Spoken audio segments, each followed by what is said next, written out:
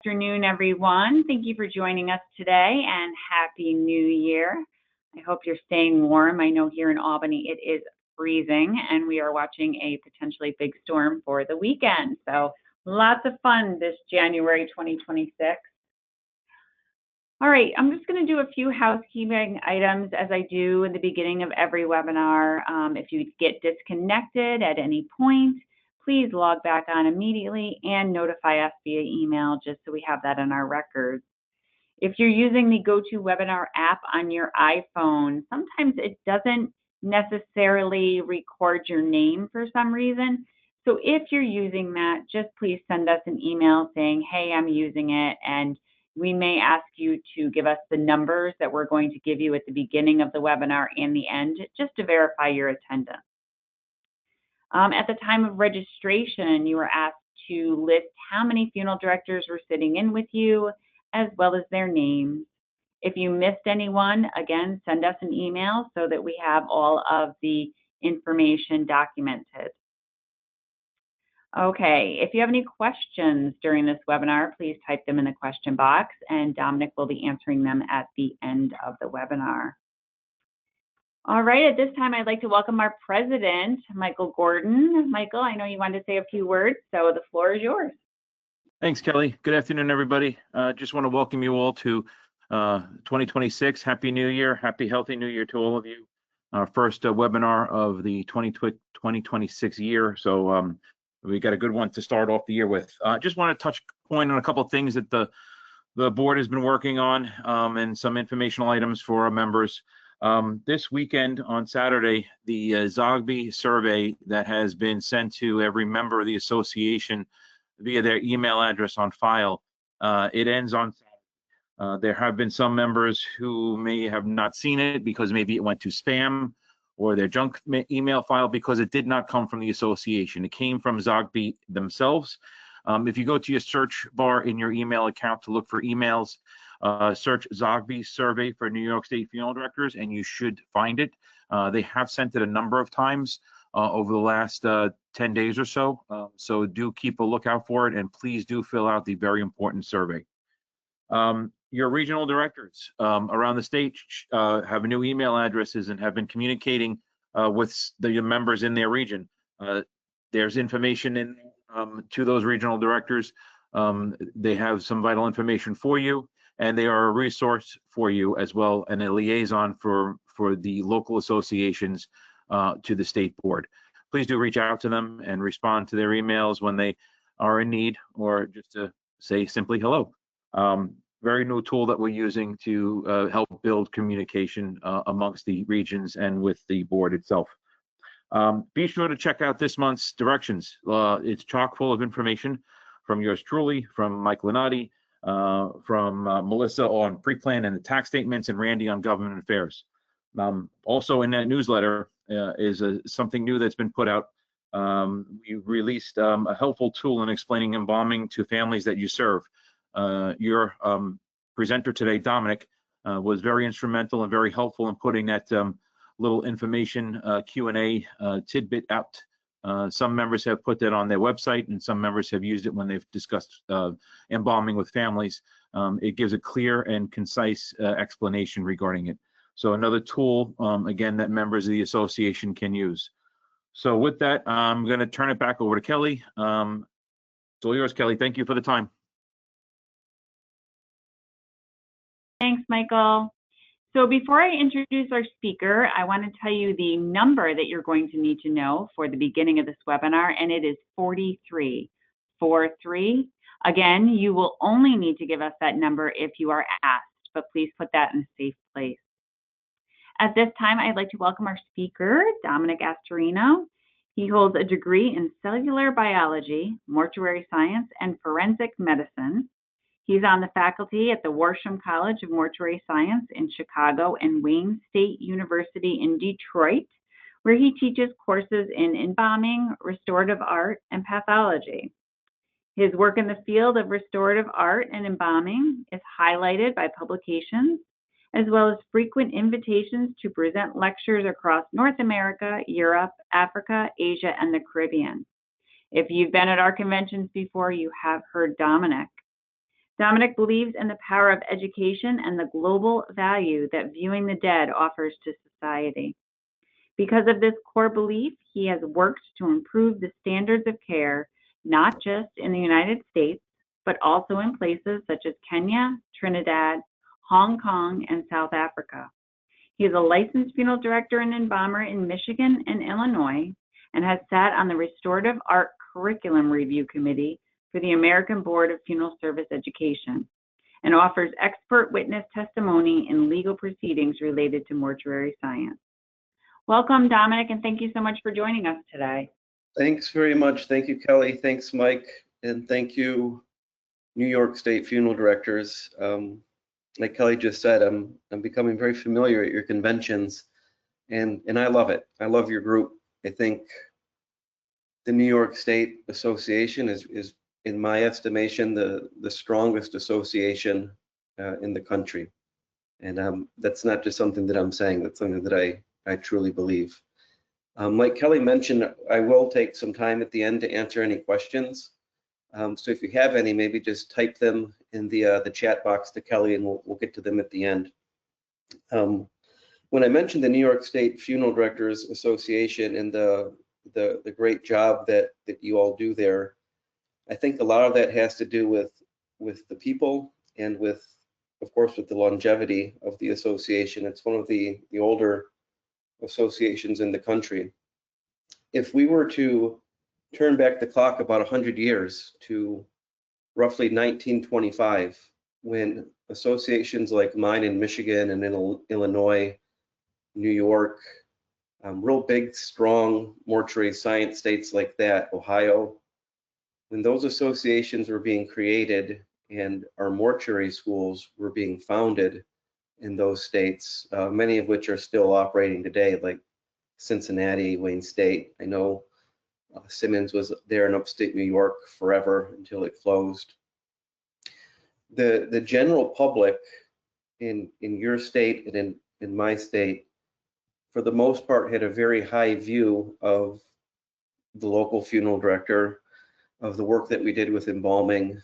Our profession was well respected, and for the most part, the men and women that were funeral directors were held in very high esteem. When the school started to become a thing and the licenses started to become a thing, there was a small fraction of people, particularly in the media, and in that day and time, it was in the newspapers, that took offense to this and kind of spoke out against the funeral industry. So we had the 98% of people in our community that thought we were great, and we had a very small fraction of people, fueled by the media, that thought we were doing something a little shady. And 100 years ago, what they thought was shady was this idea that we were trying to present ourselves as professionals. This idea that the local funeral director, the Mike Gordon of New York State, is really in 1925, according to the media, nothing more than a furniture maker, nothing more than a cabinet maker, who is doing a good service to the community, but is now trying to monetize it.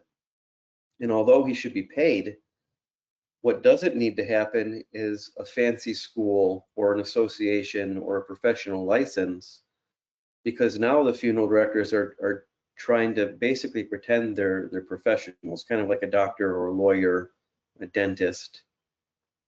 And according to the media, the reason they're doing that is so that they can charge the public more money. This became a concern in American funeral directing history about 100 years ago, and the funeral directors didn't really know how to respond to this, not because they were ignorant, but because they're busy. They're working all day. And so it was the mortuary science professors, the nerds like me, that spent their days and nights in the school writing lectures and doing research that kind of took center stage on this. And the one that kind of led the charge you're seeing here on the screen now, he founded the Cincinnati College of Mortuary Science, Professor Charles Deneau, and he said in direct response to these allegations that false standards, rules, and statements made for our guidance, made for the embalmer's guidance, by people who know nothing of the science, are a great handicap to good work. A profession that allows this, that allows people who know nothing about the science of what we do, If we allow them to spew out information and rules and standards, it's of great concern to the profession and to the public. And the American Funeral Director wrote out that storm, and of course the schools were created and the associations were formed, and the profession took off. And throughout the decades, if we were to scroll through time, we see the same recurring theme, and that is that the overwhelming majority of the public that we serve supports our work and holds us in high regard. But there's always a small fraction, usually related to the media, that takes issue with what we do. And what's interesting is that that issue has changed over the decades, just like the form of media has changed. And some decades it might be the price, and some decades it might be barbaric practices, and other decades it may be unscrupulous marketing. Whatever the case may be, it seems to morph. And now we find ourselves in the new year 2026, and the most common form of media by far, at least at the grassroots level at the schools, and if you have any employees that are basically under 50 years old, you know that this is true. The way that our employees, the way that our students, the way that the public that we serve is getting most of the information about our profession, what we do, comes in the form of social media. And I'm showing you a bunch of different social media personalities here on the screen. I will say that I've met or talked to all of them, regardless of what our opinion is of what they have to say. For the most part, all of them were very pleasant to me, and they believe that they're doing good work. And so I want to preface the next hour, this discussion, because I'm going to really look at what some of these people say. I want to preface that by saying I don't believe that social media is the enemy, and I hope you don't either, because social media can be a valuable tool. Between 80 and 84% of my current students in Detroit and Chicago, when they are asked, why did you make the decision to come to mortuary school, credited a social media personality, like the ones you see on the screen, is the main driving force. The issue with social media is not its existence, it's that the information that is put out is left completely unchecked. And what is true is now gauged on the number of hearts or thumbs up or likes that a certain post gets, and what is false is determined by the level or the number of people that ignore the post. And although social media platforms in and of themselves are not evil or possibly not setting out to destroy our profession, I do believe that some of them carry with them an agenda. Some of them present misinformation, whether knowingly or unknowingly. Misinformation is presented as fact. And unlike the 1960s, where a local newspaper might publish an article and maybe 10 or 20,000 people might read it in your community, when a social media post or a popular social media channel or YouTube channel presents information, it can now be to tens of millions of people at a time. And there's really no time limit on this. You might be able to recall a video or retrieve an article that was published 10 years ago. It's already been viewed 8 million times, and then look at it again and share it with people. And so that's really what this discussion is about, is how to discern what is being said about our profession now negatively, and how to respond to that. And if you're not so sure what I'm talking about, I'm going to play a clip. This clip is going to go about a minute to a minute and a half, and I think it encompasses exactly what I'm talking about. And you can see down here on the screen in the lower left corner exactly what I mentioned. This was put up 10 years ago, and 10 years ago it had 1.5 million views. Where that number is now, I don't know, but it's out there in perpetuity. Aren't going on tour, embalming is totally pointless. Why would you need to be preserved right before they bury you in the dirt? Isn't the whole point to decompose? Excuse me, embalming gives dignity to the deceased. Yes, it's respectful. Respectful? What do you think embalming is? It's like a spa day. for a dead body. Exactly. I'm correct here. Embalming is the least respectful thing you can do to a body. First, the jaw is wired shut. The eyes are sealed with glue. Then, the internal organs are punctured and drained through a hole in the abdomen. After that, they pump the arteries full of formaldehyde and stuff the internal cavities full of cotton. Okay, stop. Enough. I don't want to be in front of a dead body. Fair enough. But the entire process is a pointless waste of time. Because even though funeral directors tell their vulnerable, grieving customers, Embalming is necessary if you want an open casket. and It keeps the body safe and sanitary. none of it is true. Refrigeration is cheaper and just as effective as embalming. And the World Health Organization states that dead bodies pose nearly no health risks to the living. It's completely safe to touch them. Here, watch. That's weird. Yeah, but it's still safe, which is ironic because formaldehyde isn't safe. It's a carcinogen. Why do we still do this? Just one reason. These guys charge a grave load of money to do it. Let's not talk about the body so much. Let's talk about how beautiful this casket is. Okay, so there we go.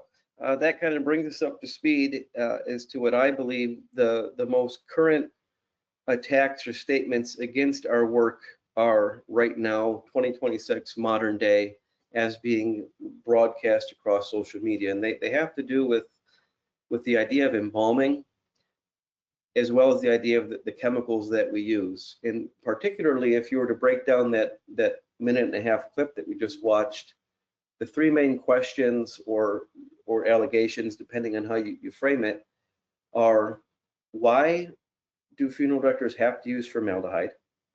Why don't you use essential oils or refrigeration or anything else? Second is it going to give you cancer? Is it carcinogenic?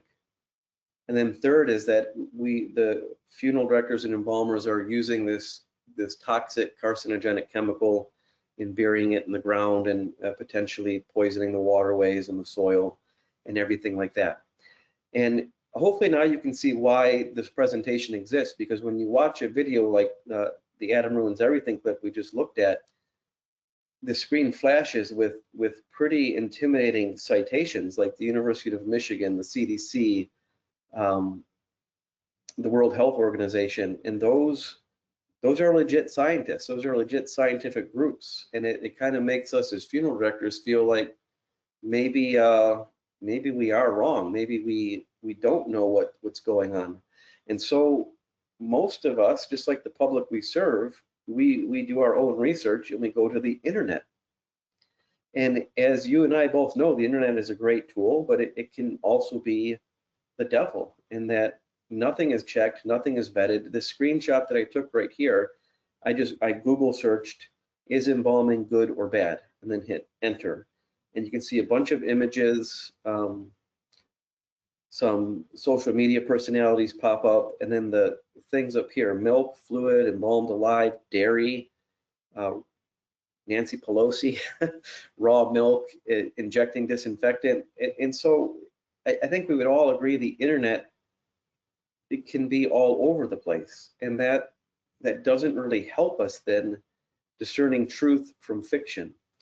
And this is a great example. This is an article posted on the internet. The title of the article is "The Horrible Effects of Formaldehyde on Funeral Directors," and it shows some fluid, and the article starts off exactly how you'd expect, saying how we use chemicals, and then it goes into how it's carcinogenic and how it's terrible. And people see this and they'll cite it, or they'll screenshot it, or they'll say, you know, I read an article about this, and they think they've done research, but we have to ask ourselves, where is the source of this information? Who is dispelling the information?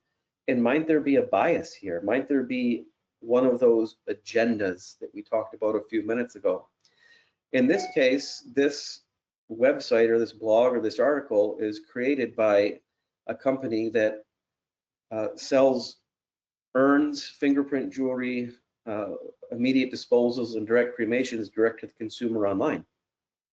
So you have to ask yourself, might there be a bias here? Might there be a reason why this would help them? Who is writing it? What is their background? What is their expertise? What is their level of education? And we can look, and in this case, the expert is hopefully you can see my cursor, Jeff. No less, just Jeff. Who's Jeff? Where did Jeff get his information from? Does Jeff own this company? Does Jeff work for the company? We have no idea. We can kind of see some taglines on here just for search hits to pop up, and it's not looking like it's unbiased when the two taglines are formaldehyde cancer. It looks like there might be an agenda here. And so we have to have, as professionals, as funeral directors who at times have our backs against the wall with this topic, we have to have real information and real science to back it up, to answer these questions. Why do we use formaldehyde? How come we don't use rubbing alcohol or lavender oil or just refrigeration? Why do we insist on using formaldehyde? And we can go back to our days in mortuary school. I don't care where you went to school, wherever it was, you learned about the pyramid, the embalming pyramid or the embalming triangle, the 3 goals of embalming: preservation, sanitation, restoration. And the logo is on your diploma or on the school or on your sweatshirt, and it's pounded into our brain.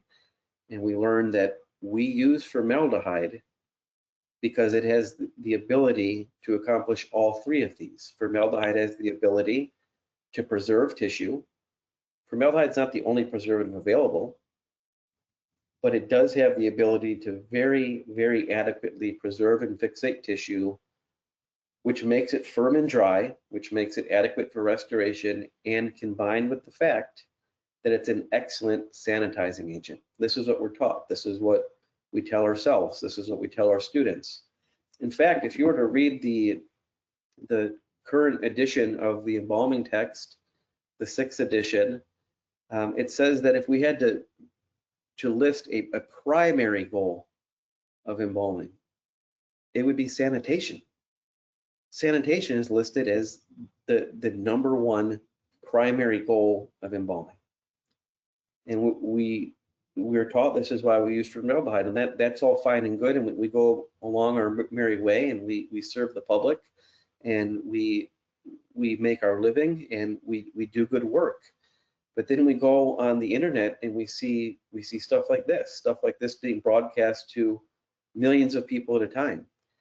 This is a licensed funeral director. This is a licensed funeral director with, I think, 3 or 4 best-selling books on the New York Times list. And funeral directors usually have a visceral reaction, either really good or really negative, against Caitlin, against this person. But she has figured some things out, and she has brought a lot of good, positive changes. However, we see stuff like this, that the dead body doesn't need to be embalmed to be safe for a family. This idea that, yes, the funeral directors tell you that it's for sanitation, but really, that's not really happening. You can kind of do it yourself. You don't need the funeral director. You don't really need the embalming. The question here is, what do you consider the most unfounded discomfort that Westerners have towards the dead? The answer, quote, simply put, the idea that the dead body is dangerous, the idea that there are disease factors or transmitters, or that this active decomposition pushes you closer towards danger. And in a certain light, that makes sense. This idea that there's a dead, decomposing, rotting body on the side of the road or something, and it's bloated and it's discolored and there's maggots and it smells terrible, a natural reaction is going to be to back away and think that's gross. It's not just this person though, it's people that we like and support, it's people that we disagree with, it's media channels, it's blogs. This blog from a pretty popular speaker and writer says that this blog here is going through misnomers or inaccuracies or unknown facts of the funeral industry. And the #1 on here is the #1 misinterpreted idea is that the dead body equals some sort of doom and destruction of the public health. And it goes on to say, under normal circumstances, the dead bodies are safe. They offer no reasonable danger to the public health. A dead body offers no more danger than it did when it was living. And then it goes on and says some other stuff. It's not just personalities in our own profession. This is from the website Funeral Consumers Alliance. This one takes a little bit different turn though, in that now it's going to cite some real academic sources. This article says embalming provides no public health benefit, zero. According to who? Not according to Funeral Consumers Alliance, but in this article it says according to the CDC. The article then goes on at the second arrow to say many morticians, that's all of us on this meeting. We've been taught, however, that embalming protects the public health, and we continue to perpetuate this myth. What this is saying, or what this means, is that we've been taught sanitation is the pinnacle of embalming, and it's why we use formaldehyde. And even though all this evidence is now out there that that's not true, we continue to perpetuate the myth. Why do we perpetuate the myth? It must either be because we don't want to admit that we're wrong, or because we have something to gain by saying this, and that something to gain usually comes back to money or finances. The article goes on and says, in fact, our embalming chemicals are highly toxic. Speaking of academic sources, we've seen things from the CDC, from the World Health Organization, from the Pan American Health Organization. So it's fair if we're having an unbiased conversation to look at what they say. This article from the World Health Organization, the rotting corpses of earthquake victims are a, quote, negligible, very, very low threat to public health, according to the WHO. And the people with the social media channels and writing the articles and with the YouTube channels will look to this and they will say, the funeral directors are mad at me for telling the truth, but it's not just my idea. Look, this is what the World Health Organization is saying. They are the scientists, and the funeral directors are just stuck in their ways, and they want to charge for what they're doing. And it doesn't even matter if the World Health Organization says something, they're just going to keep on going. Perhaps you've heard dialogue like this before. This is from the Pan American Health Organization. The concern that dead bodies are infectious can be considered natural, although the risk that bodies that died in a natural disaster pose for the public is extremely small. And it goes on and on and on, and all the organizations have these articles. And again, this is what's posted online, and this is what's used against what we're trying to say. And how can you possibly argue with this? The best way is, I think, what I tell my son, who just turned 11 years old. He likes science because dad likes science. And he wants me to teach him how to think like a scientist. And he's 11, right? And so that's hard to do. And so I tell him what I was taught when I was 10 or 11. When I was a little kid in the 80s, I loved Pee Wee Herman. And I tell him, to think like a scientist, Luca, you have to learn to think like Pee Wee Herman. And Pee Wee Herman said, there's always a big butt in the room, and you have to find the big butt in every room you go into. What does that mean, other than just a funny joke for my kid? Yes, all these organizations say these things, but the big butt in the room is that their articles don't stop there. The articles stop there on social media channels where they're cropped or where they just cut the sentence off. So yes, these organizations say it's a negligible threat to the public health, but the same articles go on to say, but transmission of infectious agents may occur. Infectious agents include tuberculosis, group A strep infection, gastroenteritis, transmissible spongiform encephalopathies like CJD, mad cow disease, Hep B, Hep C, HIV, meningitis, septicemia, meningococcal infection. The World Health Organization also has a big butt in the room. They list all the same diseases, and then they go on and they list more just for fun. Tuberculosis, cholera, E. coli, rotavirus, salmonella, shigellosis, typhoid, paratyphoid, yellow fever, Ebola, and the list goes on and on and on.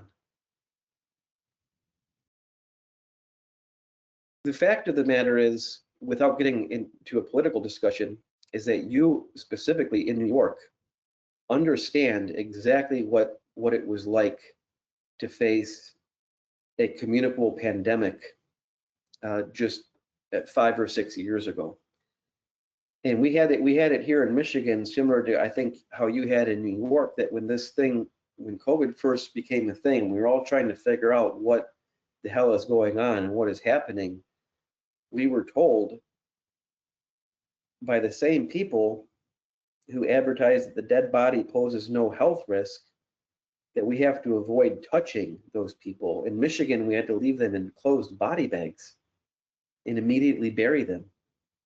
And so this really starts to beg the question, what the truth is. I can tell you that mysteriously during COVID, I didn't see any of the YouTube channels talking about how you can do this yourself, or how the dead body was dangerous, or how embalming offers no public health benefit. I actually saw the exact opposite. I saw people with these YouTube videos making videos crying, talking about how their city is overrun with the dead and the government's not helping, and who are we supposed to call? Do you know who you call? You call us. You call the embalmers. You call the funeral directors, like you always have. You did it during the Spanish flu. You've done it in every decade since. You do it during COVID too. And the American funeral directors stepped up, and we did what needed to be done. In other places in the world where embalming is not routinely practiced, this picture of a funeral taken in Italy, this is a year into COVID. This is a year into COVID, and this is what a funeral looked like in Italy without an embalmed body. A priest and one person standing 6 feet away from a closed coffin outside of a church. If the dead body isn't dangerous, this really begs some serious questions. If you want to keep talking about science, which I do because I'm a big nerd, we can look at this graph or this information put out by the World Health Organization, which teaches us that about 50 to 54 million people die every year in the world. Worldwide, 50 to 54 million people die. And of those numbers, about 17 million of them, which is 1/3, 1 out of 3, dies of a communicable infectious disease. Communicable meaning that it can be spread from one person to another.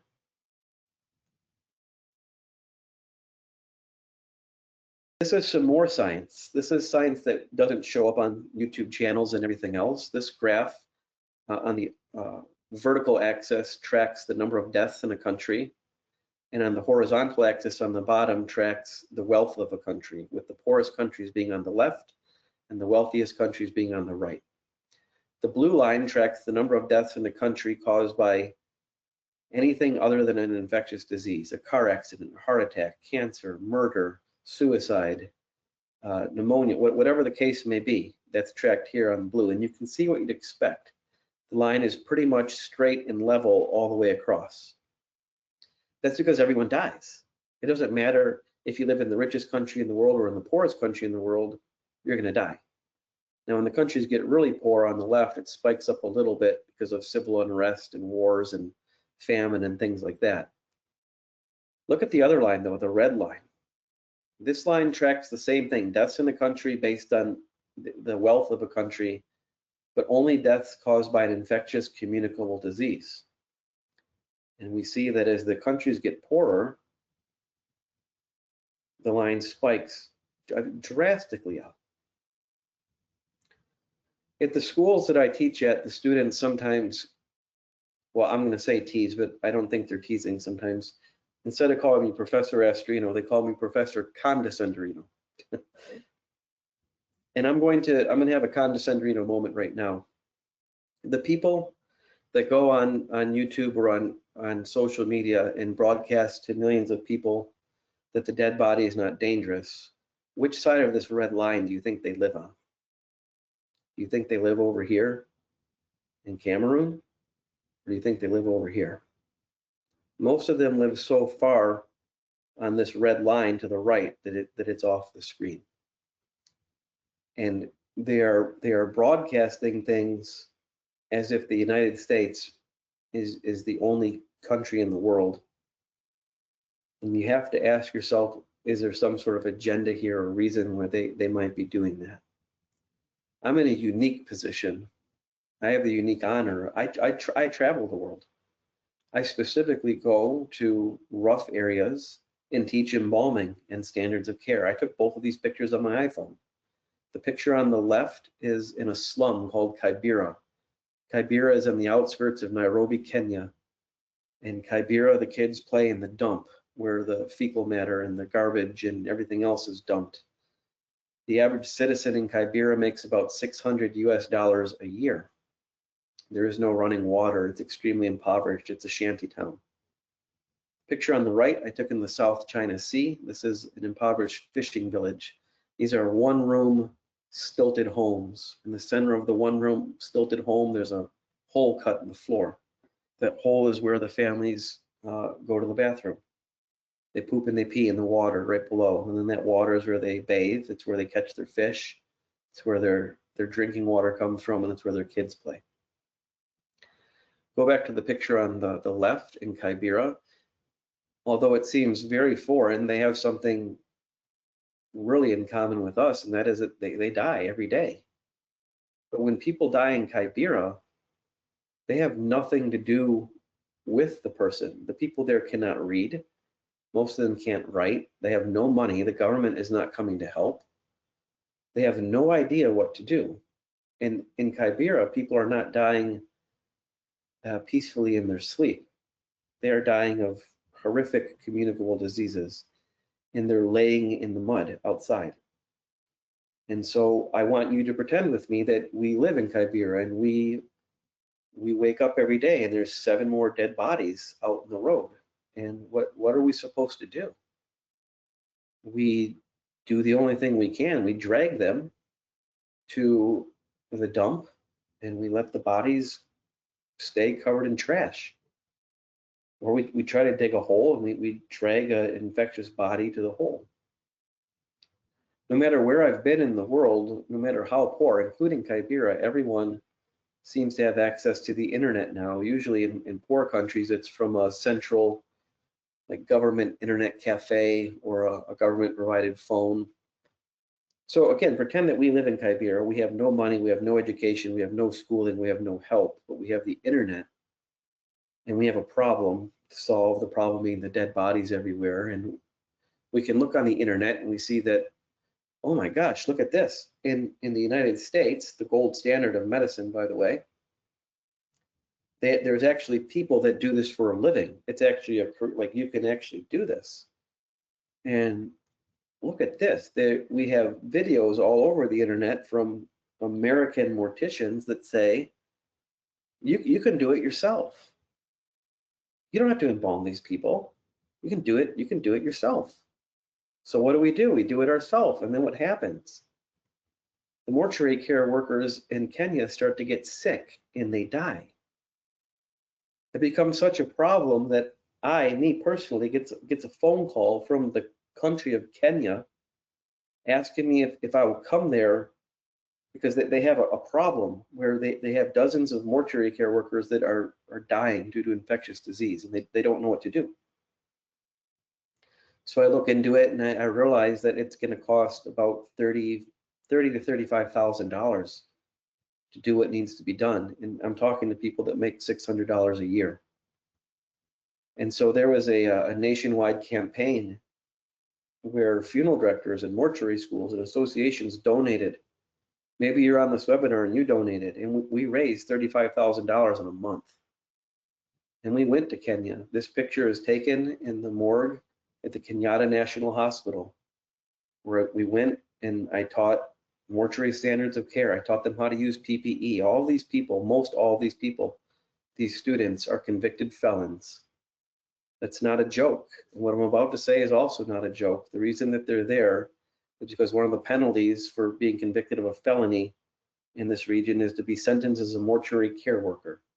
Not because the hours suck and the families are crazy and the pay isn't good, but because the government knows that there's a high probability these mortuary workers will get sick and die. And then they won't be a problem in the overrun jails and the overrun system there. You can see if you look on the left of the picture, these guys laughing at this guy. He's got his head covering on upside down and backwards. They've never seen it before. They've never seen gloves. They've never seen a head covering. They have no idea. They literally had no idea. And so this lecture undoubtedly almost always steps on some people's toes or rubs people the wrong way. That's not what I'm trying to do. If you are on this webinar and you feel that the dead body isn't dangerous and that it's just a sham, then come with me next time I go back. I embalmed 4 people in this group. There's 2 right here. One of these people died of cholera. Cholera will kill you. If you don't think the dead body is dangerous, then you come with me when I go back, and you can leave your gloves at home. And I'll let you go first. I'm going to be wearing my PPE and my gloves. You can go first. You can guess. I hope you guess right.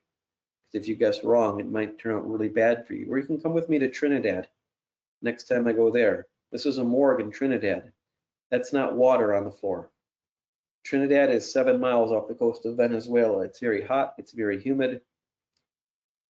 A lot of people, most people are embalmed in Trinidad. It's an actively embalming country, but you can't embalm a body in Trinidad until you have a death certificate signed and filed. And they're on island time. It takes about a week to get a death certificate there, so everyone goes into refrigeration, unembalmed. And with the heat in the poor electric grid, it leads to problems that we see here. If you don't think the dead body is dangerous, then have at it.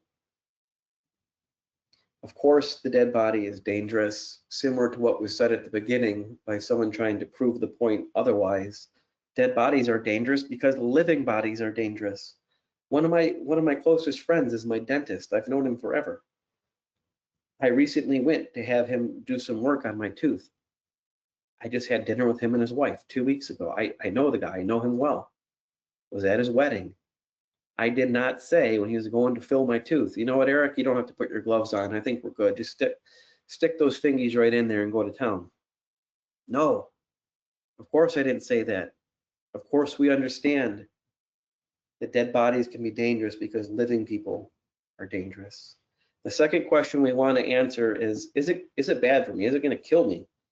Is it going to give me cancer? Why is it called a carcinogen? I know that if I spill formaldehyde, if I spill that cavity fluid on the floor, it doesn't feel good.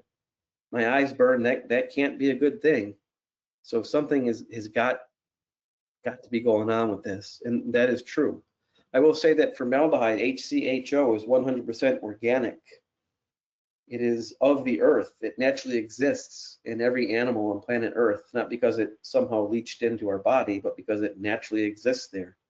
It's required in our cell cycle for the translation of DNA and RNA. Because it's organic, it's readily broken down by nitrogen, by soil, by water. But you could say that arsenic is natural too, and we're certainly not going to use arsenic because that would be bad for us. Too much of anything is bad for you. So from 1976 to 1983, OSHA paid full-time scientists, PhDs, chemists, toxicologists to study how much of this naturally occurring compound that is in our body is too much for our bodies to metabolize. They spent 7 years of their life full-time studying this. This is different than the social media warrior who spends 7 minutes sitting on the toilet in the bathroom playing on their phone to find an article to post. This is 7 years full-time PhD level science, and they discover that over an 8-hour average, human beings can metabolize up to 3 parts per million formaldehyde. In a 15-minute burst, we can withstand 10 parts per million. You get above that, we can't metabolize the compound and bad things start to happen. OSHA then says, well, there's a lot of industries that use formaldehyde. By the way, the funeral industry uses less than 1% of the commercially available formaldehyde in the world. The other 99% is used by much larger industries like the lumber industry, the cigarette industry, paint and varnish industry, the carpet industry, and the list goes on. OSHA said we have a bunch of professionals that use this chemical, so we need to regulate how much they can be exposed to because we don't want things to go bad. We don't want people getting sick. And we know they can withstand up to 3 or 10, depending on the time segment. We don't want it to be anywhere near that though. So in the workplace, as a funeral director, instead of approaching 3, you top out. 0.75 is the OSHA limit. And instead of approaching 10 over a 15-minute segment, we're only allowed to approach or to get to 2. This is 80% below the metabolic limit. Consider this like a speed limit where the government was saying, we don't want you to get anywhere near the danger, so we're keeping you 80% below. In addition to this, OSHA has instituted things like the use of proper PPE, the requirement of ventilation, which exchanges the air a minimum of 15 to 20 times per hour. Yet we still have people that say, aren't you scared that you're going to get cancer? Or like, why would you expose yourself to these chemicals? And to that, I say, do you know how much of the chemical am I being exposed to? Does anybody know? And anybody studied this? The answer is, of course, yes. People just don't read the science. They don't read the studies. The landmark study here, this studied the short-term exposure limit.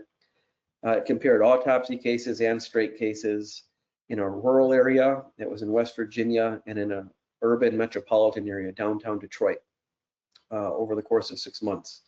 At the end of 6 months, they compiled all the data, and this was the revelation that in West Virginia, the average short-term exposure limit, regardless of the type of embalming you're doing, was 0.9 ppm. That is half of the workplace limit of 2, which is substantially lower than the metabolic limit of 10. In inner city Detroit, where the call volume was higher, the average exposure was actually less, 0.74, substantially lower than the metabolic limit, less than half of the workplace limit. What about that 8-hour average? Has anyone studied that? The answer is yes.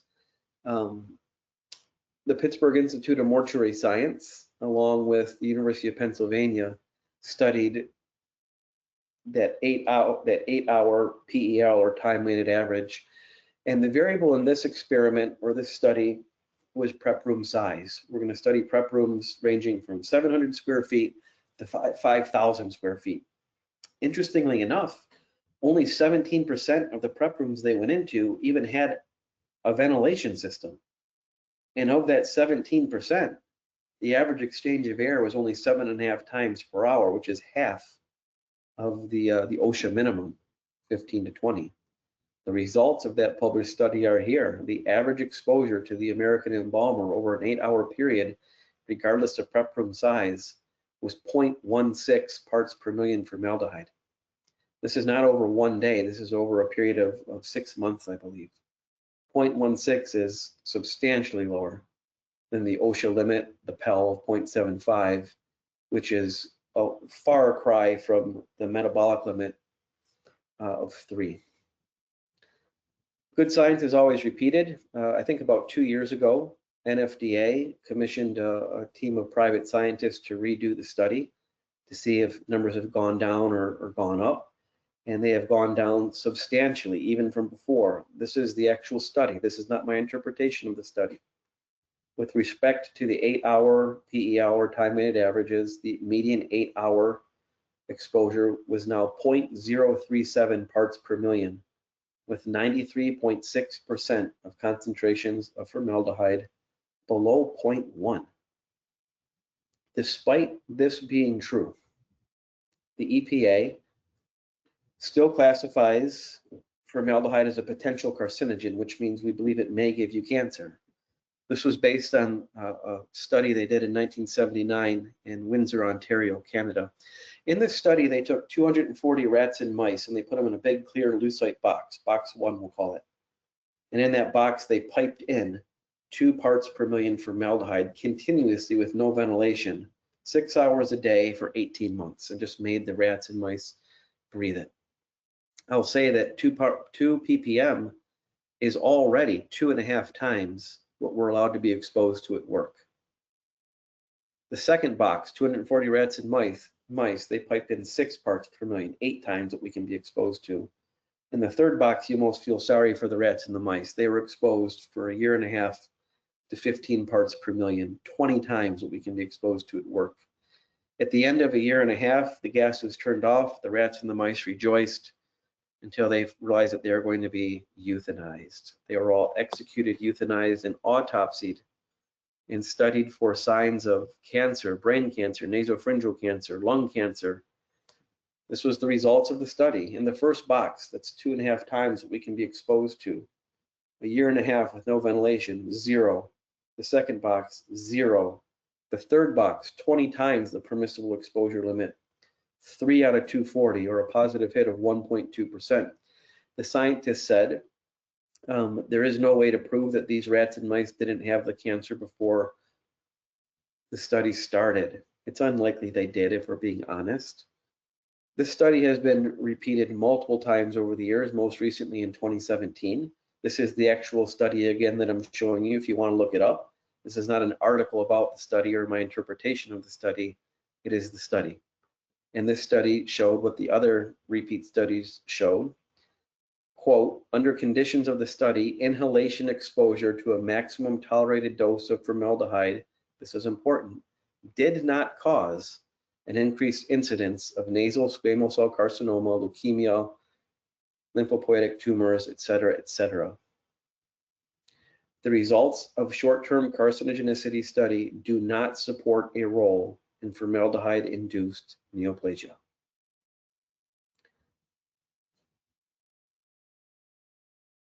A year and a half ago, 2 years ago, the EPA, despite, again, the repeats of the tests, the EPA is still actively trying to ban formaldehyde's use in the funeral industry. They published this not even 2 years ago. Formaldehyde poses, quote, an unreasonable risk to human health.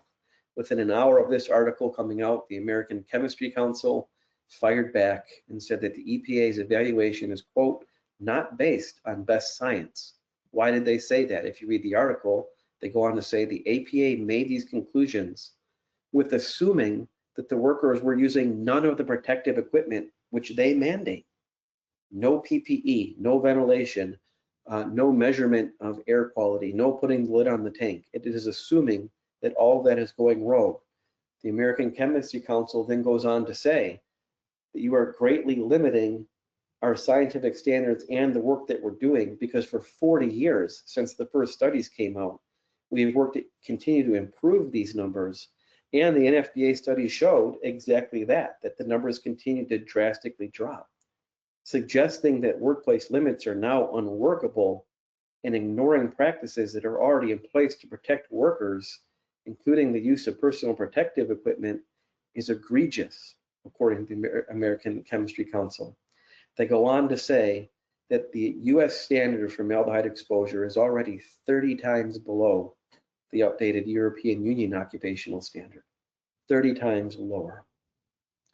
There are other groups that don't classify formaldehyde as a potential carcinogen, they classify it as a known carcinogen. These three groups, the British Health and Safety Executive, which is their version of OSHA, the National Cancer Institute, and NIOSH, a subsidiary of OSHA, they looked at death certificates, and they pulled out death certificates for people whose occupation listed would work with formaldehyde for their whole life or for their career. Funeral directors, lumberyard workers, etc. And they looked at the causes of death, and they tried to find a correlation. The National Cancer Institute found 8 out of 25,000, or 0.03% of 1%. Their study says evidence that formaldehyde causes other cancers, such as leukemia, is deemed non-sufficient. NIOSH found 9/1000ths of 1% positivity rate, 1 death out of 11,000 workers. The British HSE found 0 out of 14,000. They then repeated their study and came up with 0 again, forcing their conclusion to be, I'm showing you the study here on the screen, the evidence for human carcinogenicity of formaldehyde remains unconvincing.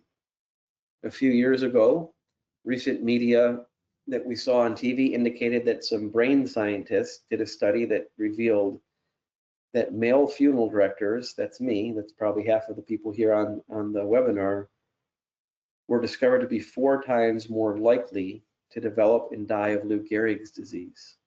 This is a big deal. We should look into this. This is the actual study that I'm showing you. This is the journal, its date, who wrote it, and then this is the very first line of the study, the very first thing the scientists say. By the way, the scientists were not studying formaldehyde exposure and Lou Gehrig's disease.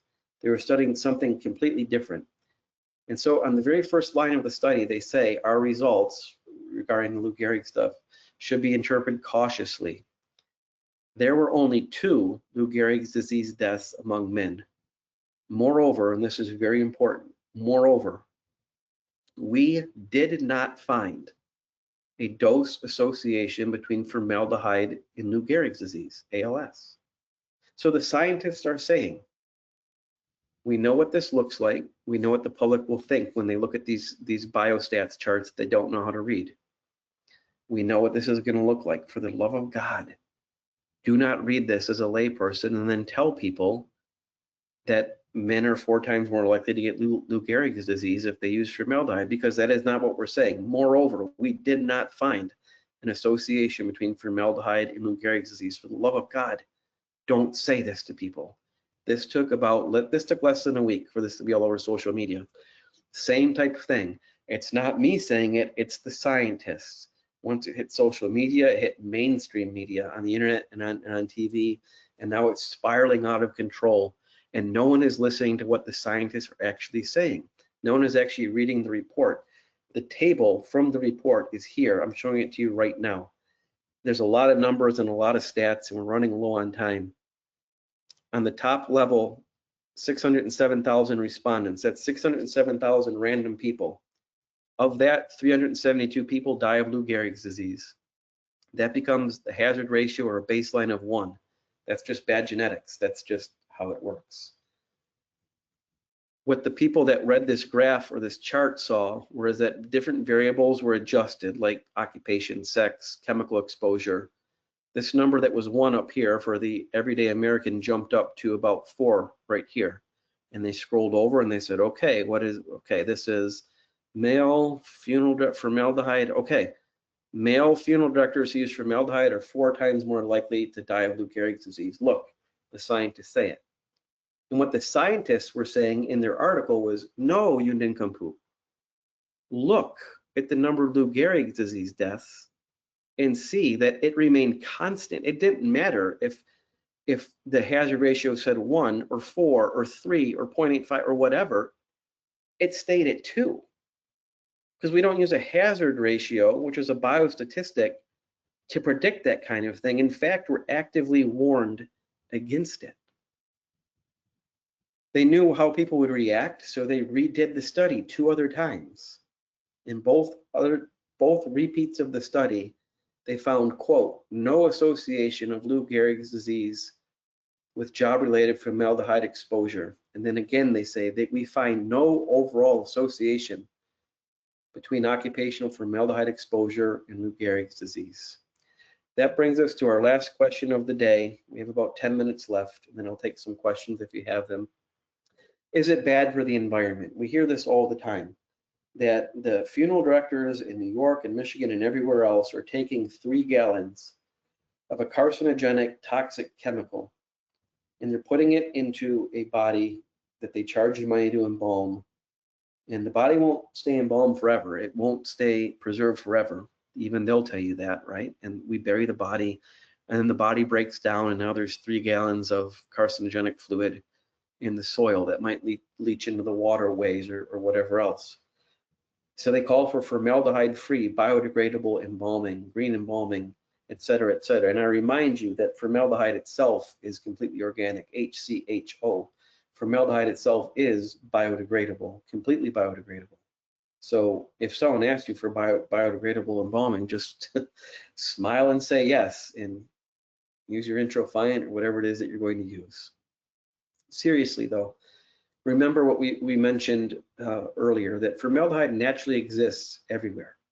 It's in our bodies, in our food, in our soil, in our water, in our atmosphere. It exists everywhere. It is not a man-made chemical that we're poisoning the ground with. And this claim that we are is made by people that don't really understand the basic science. And these claims go all over the map. One of these articles I found says a traditional 10-acre cemetery holds enough embalming fluid to fill a swimming pool. Another one says we leak 827,000 gallons of formaldehyde. And then the one below it says we leak 5 million gallons of formaldehyde. What is true? Where is this information possibly coming from? There's no source, there's no citation. I can tell you what for a fact is happening, and and that is science. I'm going to use my last few slides here to get really sciencey with you, because we learn in mortuary school when we're becoming embalmers that we have to learn to embalm at the cellular level. And if we were to look inside the cell, we see what we call the building blocks of life, protein, which is that weird chemical model that you see there on the right. Proteins are what we're actually embalming. Proteins have their identity based on their unique shape. So if you look at the right side of the screen, I'm showing you the protein hemoglobin. The reason this is hemoglobin is because of the specific curves and bumps and holes and loops in shape. That is what makes it hemoglobin. There is another class of protein in the body called an enzyme. Enzymes also have specific shapes. The specific shape of an enzyme is made to fit into the specific shape of a protein, like a key going into a lock. Only the right key will go into this lock, and only the right enzyme with its specific shape will go into a protein. And when that happens in life, things build up or they break down. But after death, when this happens, nothing builds up, things just break down. The enzymes with their specific shape dock onto the specifically shaped proteins and they break them down. And that's what decomposition is. This is the enemy of the embalmer. This is what we're trying to avoid. The reason that we use formaldehyde, going back to the beginning, is because it has the unique chemical ability to go between two proteins, an orange one and a green one, shown here on your screen. And it uses its arms and it grabs these uniquely shaped proteins and it pulls with all of its might until it bends the shape of the orange protein and the green protein. It bends it, it puts a kink in it. And then when the enzyme floats by looking for its specifically shaped protein, it bounces right off of it because the shape has been bent. The enzyme doesn't recognize the shape, so the enzyme doesn't dock, and now the protein doesn't break down and the person doesn't decompose. That's what embalming is. And it is completely irreversible. It's an irreversible chemical reaction, which means that the second the formaldehyde enters the body, it destroys itself. It pulls its arms off to fixate the protein. Once formaldehyde comes in contact with protein, it is no longer formaldehyde, it blows itself up. What remains is water and carbon and some other organic molecules. Formaldehyde that does remain, that might go down the drain with drainage, is immediately broken down by water. In the soil or in the air, it's immediately broken down by nitrogen. We go back to the very beginning, an hour ago, where we're faced with social media claims that are essentially asking us, what is the value in the funeral director? What is the value in embalming? What is the value in funeral service? I believe, and maybe you've heard me say this in person in New York before, but I believe with 100% of my being that the value in funeral service, it's us. It is the funeral director.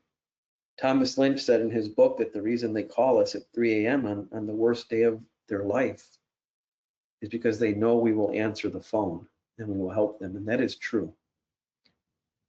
Regardless of what the media says or how they portray us, the fact remains that embalming has been continuously practiced across the world for 6,000 years.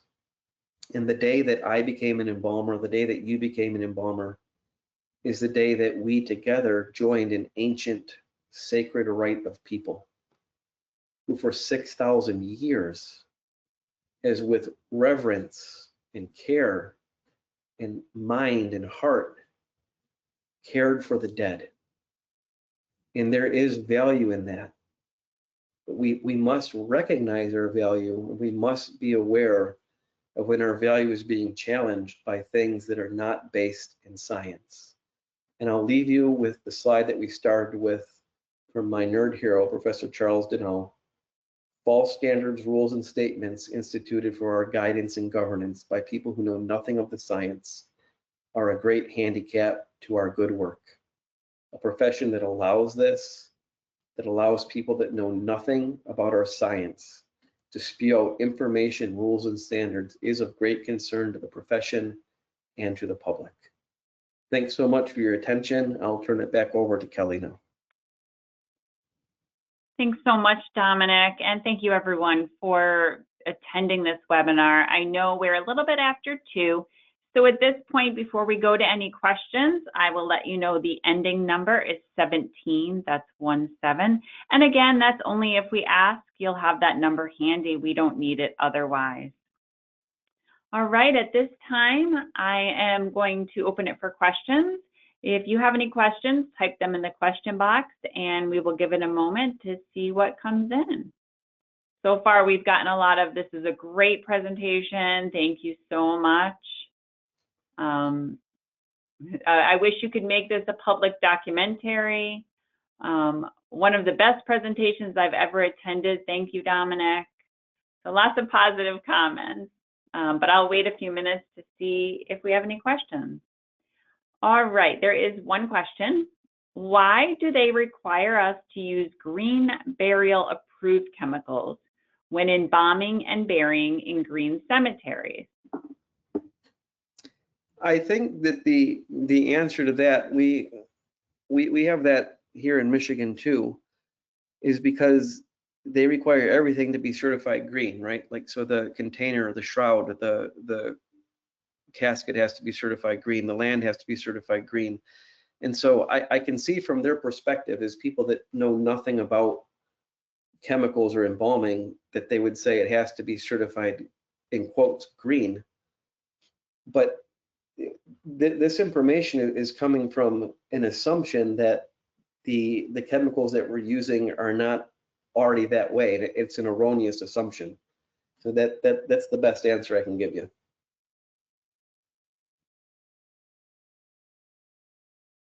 Great, thank you. And just a couple more comments of outstanding program, excellent presentation. Thank you very much, and please come back.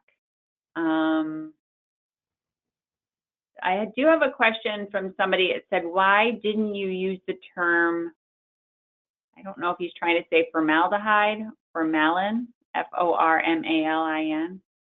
Yeah, formalin is just it's the aqueous version of formaldehyde. Formaldehyde's a gas, right? So in funeral service, or when we use formaldehyde to embalm, we can't embalm with a gas. So it's liquefied, it's suspended in water and methanol, and that's called formalin.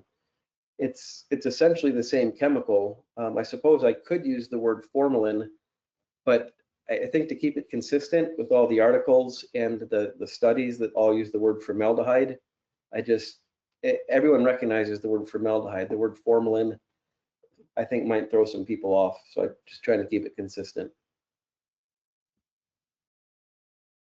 Okay, very well done. Super refreshing seminar, and thank you.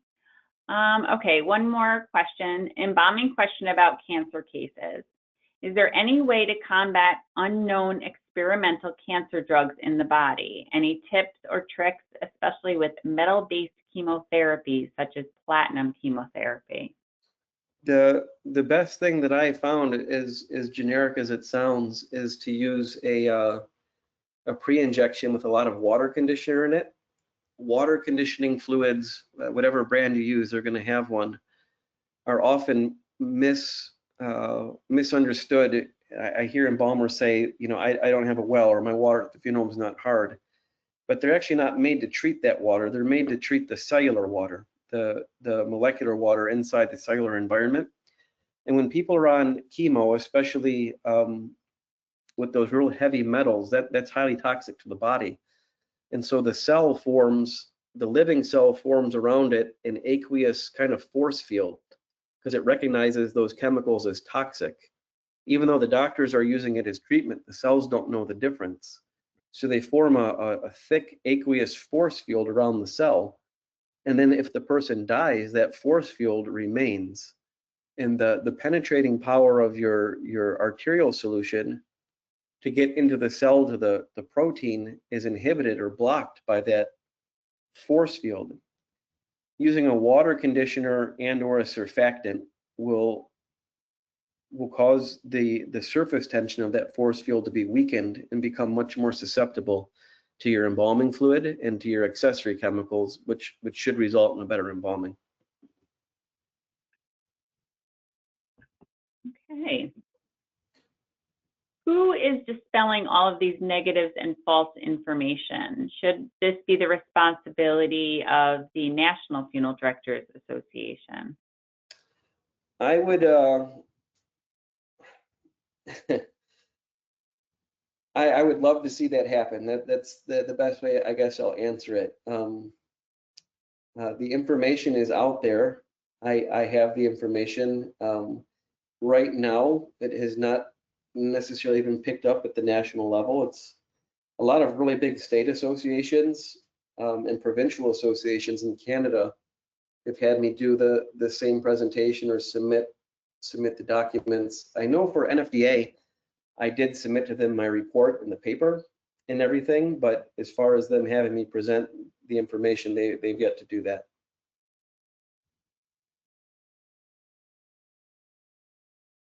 Great, and just a few more excellence and enjoyable speaker. And at this time, I think we are done for questions. Let me just make one more quick look.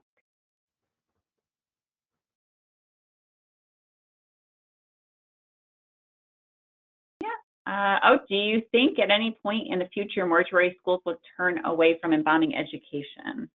I would hope not. It's the fundamental standard of mortuary science.